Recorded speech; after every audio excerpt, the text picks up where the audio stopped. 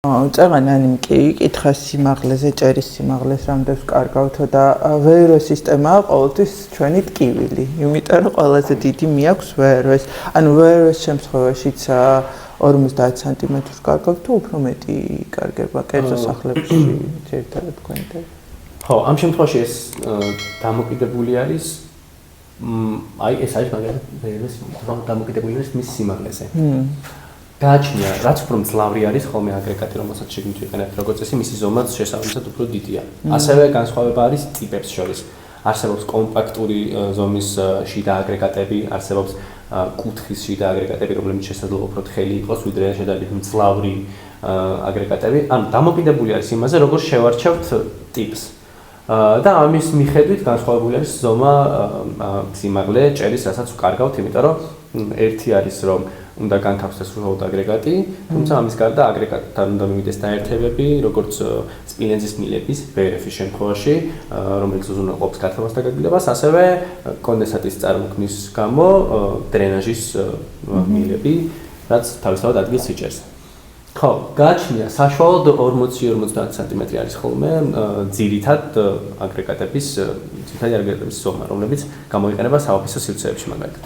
კედლის ტიპის არის ხოლმე ზოგჯერ გამოსავალი, როცა ჭერის დადაბლება არ სურთ, მაგრამ თუ დიდი სივრცეა, კედლის ტიპის აგრეგატი უკვე არაეფექტურია, იმიტომ რომ მხოლოდ რაღაც პერიმეტრზე შეგვიძლია დავაყენოთ და შუა ნაწილში არ ყენდება.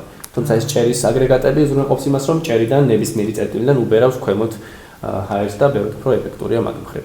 ანუ ამიტომ დამოკიდებულია კონკრეტულად სისტემის შერჩევის სპეციფიკაზე და აგრეგატებზე. მოდი მოკლედ ისიც ვთქვათ, რომელ პროგრამებში ავამუშავებთ ინჟინერიას.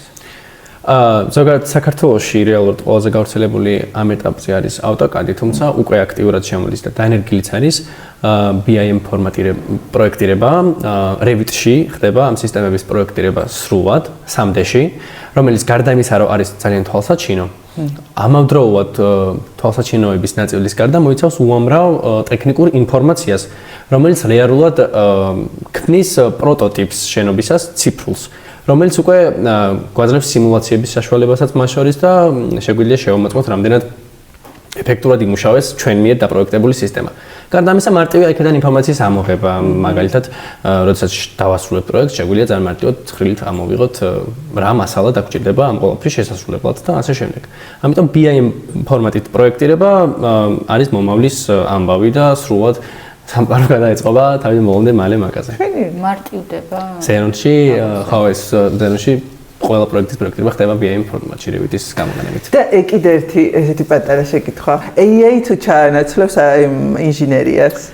ჩემი აზრით ვერ ჩაანაცვლებს, თუმცა აასწრაფებს და ბევრ რამეს გაამარტივებს. ის როგორც ამას წინ გავიგონე, ზუსტად არ მახსოვს ვინ ამბობდა, თუმცა ვეთანხმები სრულიად, იყო ესეთი რაღაც ნათქვამი, რომ AI ვერ ჩაანაცვლებს პროფესიებს, თუმცა ადამიანები, რომლებმაც კარგად იციან AI, ჩაანაცვლებენ ადამიანებს, რომლებმაც არ იციან.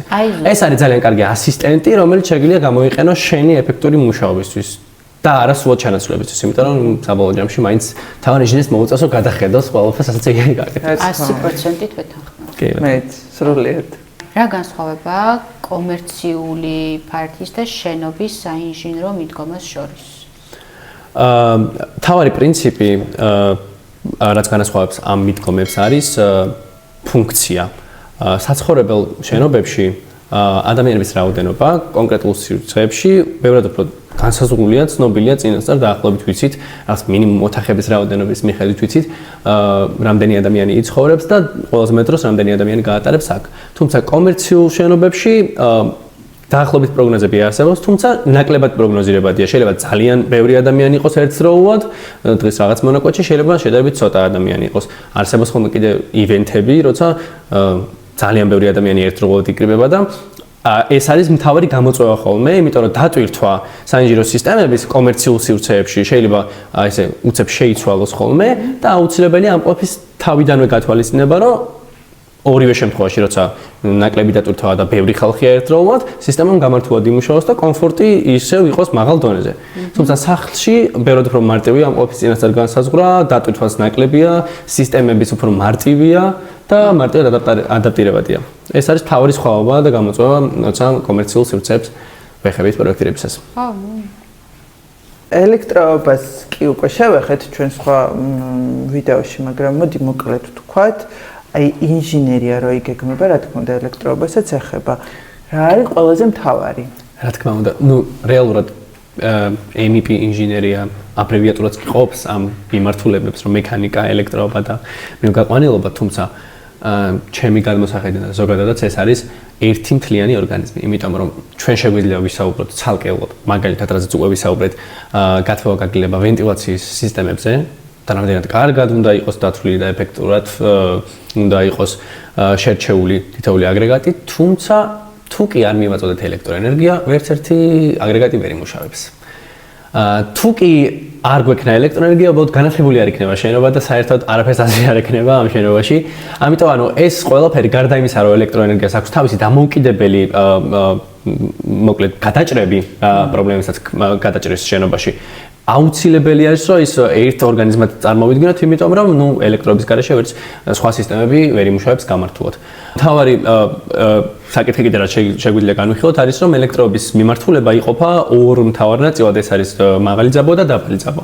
მაღალი ძაბო მოიცავს ელექტრო მიწოდებას, ენერგია გვჭირდება რომ მოიხმაროთ პირობითად რავი მოწყობილების დასატენად და სხვადასხვა დანადგარების ასამუშავებლად, გარდა ამისა განათებისთვის, თუმცა არსებობს დაბალი ძაბვის სისტემები, რომლებიც ძირითადად ეხება უფრო მეტად უსაფრთხოებას. ეგ ისეთია მაგალითად სახანძრო სიგნალიზაცია, რომელიც უზრუნველყოფს იმას, რომ წინასწარ მოახდინოს დეტექცია, თუ სადმე არის ან შანსი ხანძრის, ან უკვე გაჩნდა და შემდეგ შესაბამისად მექანიკურმა სისტემებმა მოახდინონ ამის გათვალისწინებით რეაგირება, რომ რაღაც სპრინკლერი გასკდეს და წყალი წამოვიდეს. ასევე კამერების სისტემა ეს დაბალი ძაბვის სისტემებში გადის, დაშვების სისტემა, რომელიც განსაკუთრებით ოფისებში და კომერციულ შენობებში ძალიან მნიშვნელოვანი არის, რომ ყველა ადამიანს არ ქონდეს კონკრეტულ სივრცეებში წვდომა და ეს განსაზღვრული იყოს წინასწარ. შესაბამისად, ელექტროობა ძალიან მნიშვნელოვან როლს თამაშობს შენობებში და შესაბამისად ინჟინერიაში. რადგან ელექტროობას შევეხეთ, მოდი ესე ვთქვათ, ხშირად ყოფილა გამოგვიწერია ამერიკიდან რაღაც კონკრეტული ტექნიკა და აქ ჩვენ სისტემაზე არ მიდის. ამ შემთხვევაში რა ხდება? ხო, ეს რთული ამბავია ზოგადად. პრინციპში მარტივი ამბავია, მაგრამ რთული ამბავია თუ არ გაქვს წინასწარ ინფორმაცია, იმიტომ რომ რეალურად სტანდარტებს ძალიან დიდი მნიშვნელობა აქვს. სხვადასხვა ქვეყანაში სხვადასხვა სტანდარტია. ამ შემთხვევაში სწორედ განსხვავება არის ამერიკის და საქართველოს შემთხვევაში. საქართველოში უფრო მაღალი ძაბო არის სტანდარტული შენობებში, ვიდრე ამერიკაში. შესაბამისად, ამერიკულ სისტემებზე გათვლილი ეს ტექნიკა გათვლილია, რომ მუშაობს შედარებით დაბალ ძაბოზე, ვიდრე საქართველოში. თუ კი ასეთ ტიპის ტექნიკას შევაერთებთ საქართველოში შენობაში, ანუ უფრო მაღალ ძაბოზე, ეს გამოიწვევს მის დაზიანებას, რაც ხშირად ხდება. ხო, ამის solution-იც არსებობს სპეციალური ადაპტერები, რომლებიც დააგდებს ძაბოს და შემდეგ შეერთდება ეს ჩვენი ტექნიკა, თუმცა ამაზე ინფორმაცია უნდა გქონდეს, იმიტომ რომ ხო თუ არ გაქვს ინფორმაცია, გეგონება რომ უნივერსალურია, იმიტომ რომ რაღაც იმასაც ორი ჯოხი აქვს, რომელიც უნდა შეერთო და უნდა ამუშაო. თუმცა ხო. ხო, იყოს შემთხვევა, რომ გამოიწერა რაღაცა ფენი, ოღონდ ფენი იყო პატარა რო ეტარებინა, მაგრამ იმხელა ადაპტერი ჭირდებოდა რომ დაედო, ანუ რა ტარებაზე იყო საუბარი, საბოლოოდ მე. კი ბატონო. დარჩა ის. კი, ეს არის. გაღიმებული. ისიც თქვათ თუ როგორ ირჩევა კაბელის სიმძლავრე და რა მნიშვნელობა აქვს ამ ყველაფერს? კი ბატონო, კაბელის შერჩევას ძალიან დიდი მნიშვნელობა აქვს, იმიტომ რომ პირდაპირ უსაფრთხოების საკითხია. თუ კაბელი სწორად არ არის შერჩეული, შეიძლება წავიწყდეთ ისეთ პრობლემებს, როგორიცაა მაგალითად კაბელის გადახურება. შემდეგ ზოგ შემთხვევაში იმდენად გადახურება, რომ შეიძლება აალდეს კიდეც და ცეცხლიც გაჩნდეს. და თუ კაბელი დაიწვა, მე ეს კაბელი უკვე აღარ ვარგა, შესაბამისად მისი აღდგენა არ ხერხდება და თავიდან მოგვიწევს, რომ ახალი კაბელი გავიყვანოთ რა. ეხლა ეს რაზე არის დამოკიდებული? დამოკიდებული არის ბევრ რამეზე. მაგალითად, წინასწარ უნდა განისაზღვროს ის მოწყობილებები, რომლებიც შეიძლება გამოყენებული იქნას კონკრეტულ სივრცეში. მაგალითად, საძინებლოში ნაკლებად შეიძლება იყოს მაღალი დატვირთვა მოთხოვნა. თუმცა სამზარეულოში ხშირად არის მაღალი დატვირთვა, იმიტომ რომ გარდა იმისა, რომ სამზარეულოში უფრო მეტი ტექნიკაა, ვიდრე სხვა ოთახებში, მიკროტალღური ღუმელი მაგალითად ძალიან დიდ ენერგიას, ელექტროენერგიას მოიხმარს. გარდა ამისა, შეიძლება დაგჭირდეს ხოლმე ერთდროულად რაღაც მიქსერის, ბლენდერის და სხვა ტექნიკის ჩართვა. და ამ შემთხვევაში აუცილებელი არის, რომ ეს ყველაფერი წინასწარ იყოს განსაზღვრული, გათვალისწინებული და შესაბამისი სისქის და შესაბამისი ტიპის კაბელი იყოს იმ შტეფცელი, როგორ ვთქვა ქართულად, დენსკვიტასთან ბოდში მიყვანილი რომელსაც კონკრეტული დანიშნულება აქვს. ეს არის მთავარი მიზანი იმისა თუ რატომ უნდა მოხდეს წინასწარ შერჩევა და სწორად შერჩევა კაბელების, რომ შემდგომ მსგავს პრობლემას არ წავაწყდეთ, როგორც არის გადახურება და აალება კაბელის. თუმცა არსებობს ამის სოლუშენი, ავტომატური ამომრთველები, რომლებიც ამ ყველაფერს წინასწარ გრძნობენ, რომ კაბელი თუ გადახურების პირას არის, ის ავტომატურად გამორთავს დენს. და ესეთი სოლუშენიც არსებობს, მაგრამ თუ არასწორად არის კაბელი დაცული ვეღარ გამოვიყენებ ამ ერთდროულად აი ელექტროტექნიკას, იმიტომ რომ ეს ავტომატური ამომრთველი სულ გამომისჩავს ხოლმე დენს, როცა ერთდროულად ჩავთავ. ანუ მიკროტალღურზე ეს არ ვიცოდი ნამდვილად, მაგრამ ვიცოდი ინდუქციურზე, ანუ ინდუქციურზე ყოველთვის ვითვალისწინებ სხვანაირ კაბელს და ეხლა უფრო სქელი კაბელი, იმიტომ რომ მარტივად რომ თქვა, ანუ კაბელით შეგვიძლია შევადაროთ მილს. რომელშიც რაღაც წყალი გადის რა, თუ წვრილი მილი არის, ცოტა რაოდენობით წყალი გადის, თუ სხვილი მილი არის, შესაძლებელია რომ დიდი რაოდენობით წყალი გავიდეს. ანალოგიური არის კაბელი, უბრალოდ სხვაობა არის ის, რომ ნუ ამ შემთხვევაში ელექტრონები მოძრაობენ და თუ კი დატვირთვა არის ძალიან დიდი, აი ზუსტად ეს კაბელს აქვს მასალას წინაღობა, ეს წინაღობა იწვევს გადახურებას, როცა დენი გადის მასში.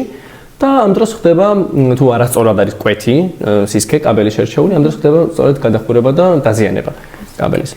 აი ინდუქციური ღუმელი, რადგან დიდი რაოდენობით ელექტროენერგიას მოიხმარს, საჭირო არის მას დაუერთდეს შედარებით მსხვილი კაბელი, რომელიც აი ამ ელექტროენერგიას მარტივად გაატარებს. კი ბატონო. ყოფილა ესეთი შემთხვევა, რომ დენი ციმციმებსა და სულ მახსენდება მაგ დროს ეს სერიალი რო იყო Supernatural. ეგეც ზუსტად აი ამ დათვლების ამბავი არის რა, შეიძლება იყოს კაბელის პრობლემა, ნუ ციმციმი შეიძლება იყოს უშუალოდ ნატურის პრობლემაც, თუმცა ანუ ხო თუ კი საკმარისი რაოდენობით ელექტროენერგია არ მიეწოდება, მაშინ გამართულად არ მუშაობს და სხვადასხვა პრობლემები შეიძლება დაავწდეს. ამიტომ აუცილებელი რომ წინასწარ იყოს შერჩეული. მათ შორის ძალიან მნიშვნელოვანი არის, რომ აი სანათებს ყველას აქვს საკუთარი სპეციფიკაცია. ყველა სანათს აქვს საკუთარი დატვირთვა. თან დღევანდელ რეალობაში ძალიან მრავალფეროვანია ეს არჩევანი, შეიძლება რაღაც უამრავი წვრილი სანათი დაყენდეს, შეიძლება ერთი ძალიან დიდი და ანუ ამ შემთხვევაში ერთ და იგივე სივრცეს ორი სხვადასხვა პროექტი ჭირდება ჩათვალეთ, იმიტომ რომ სხვადასხვანაირად გადანაწილდეს კაბელები. ამიტომ აი ეს კოლაბორაცია კიდევ იქ მივედით ინტერიერის დიზაინერებსა და ინჟინერებს შორის არის ძალიან მნიშვნელოვანი თავიდანვე, რომ აი პრობლემებს ბოლოს აღარ წავაწყდეთ. მოდი ისიც ასე ვთქვათ განვიხილოთ. აი ახლა იწყებს პროექტირებას კერძო სახლის თუ დიდი ბინის, პატარა ბინებს არ შევეხოთ. რას ურჩევდით, ვთქვათ, ჩვენს მაყურებელ დამკვეთს ან თვითონ რო იკეთებს ამ ყველაფერს, რა უნდა გაითვალისწინოს აუცილებლად?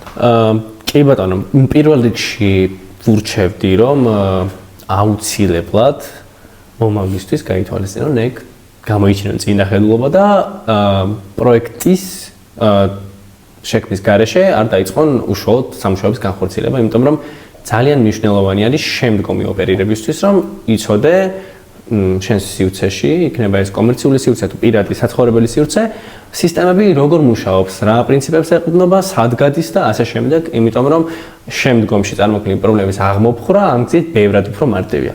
და გარდა ამისა ძალიან მნიშვნელოვანია და ვურჩევდი რომ აუცილებლად პროფესიონალებთან მივიდნენ ამ საკითხით, იმიტომ რომ ძალიან მნიშვნელოვანი არის რომ სწორად მოხდეს ყველაფრის წინასწარ განსაზღვრა, რაც თავისთავად გამოცდილებასაც მოითხოვს და მნიშვნელოვანი არის რომ ეს პროექტის შედგენა განახორციელონ პროფესიონალებმა. და მოდი აი აქვე ვიკითხავ მაშინ და ამით დავასრულოთ. რატომ არის საინჟინრო პროექტი, ინვესტიცია და არა ზედმეტი ხარჯი? ესაა ჩემი საყვარელი კითხვა და ხშირად უკვირთ ხოლმე რომ აი მუშაობის პროცესში ძალიან ხშირი არის დამკვეთისმიდან მოთხოვნა, რომ უნდათ რაც შეიძლება ბიუჯეტური სისტემა. თუმცა აი ზუსტად ეს პრობლემაა, მაშინ არ ხედავ ამას როგორც ინვესტიციას, იმიტომ რომ შესაძლოა პირველადი ხარჯი იყოს მაღალი, თუმცა ხან გრძლივ სიტუაციაში ეს იმდენად დიდ დანაზოგს გაძლევდეს, იმიტომ რომ შენობები როცა შენდება ის ხო არა, ეს მხოლოდ ერთი წლით, ეს რაღაც მრავალწლიანი ფუნქციონალური დანიშნულება აქვს მათ. შესაბამისად, თუ კი ჩვენ პირველ ეტაპზე გადავიხდით შედარებით მეტ გამოვყოფთ შედარებით მეტ ფინანსებს სწორი პროექტირებისთვის, გამოვყოფთ შედარებით მეტ ფინანსებს უფრო ენერგოეფექტური სოლუშენებისთვის, უფრო ენერგოეფექტური დანადგარებისთვის, ეს ხანგრძლივ პერსპექტივაში მოგცემს იმდენ ენერგო დანაზოგს, მასშიც ხო ფულს ვიხდით შემდგომში, რაც შეიძლება აი ძალიან გაცილებით აღემატებოდეს იმ დანაზოგს, რომელიც პირველ ეტაპზე პროექტირების ან თუნდაც შესრულების პროცესში შეიძლება დაიზოგოს. ამიტომ კარგი პროექტი და სწორად შესრულებული სისტემა არის აუცილებლად ინვესტიცია, მით უმეტეს როცა ხანგრძლივი ოპერირებისთვის არის განხილული შენობა. სრულიად გეთანხმებთ. მეც ინტერიერის დიზაინის და ინჟინერიის კოლაბორაცია როდის იწყება? ანუ ჯერ კეთდება ინტერიერის პროექტი და შემდეგ თქვენ ერთობით.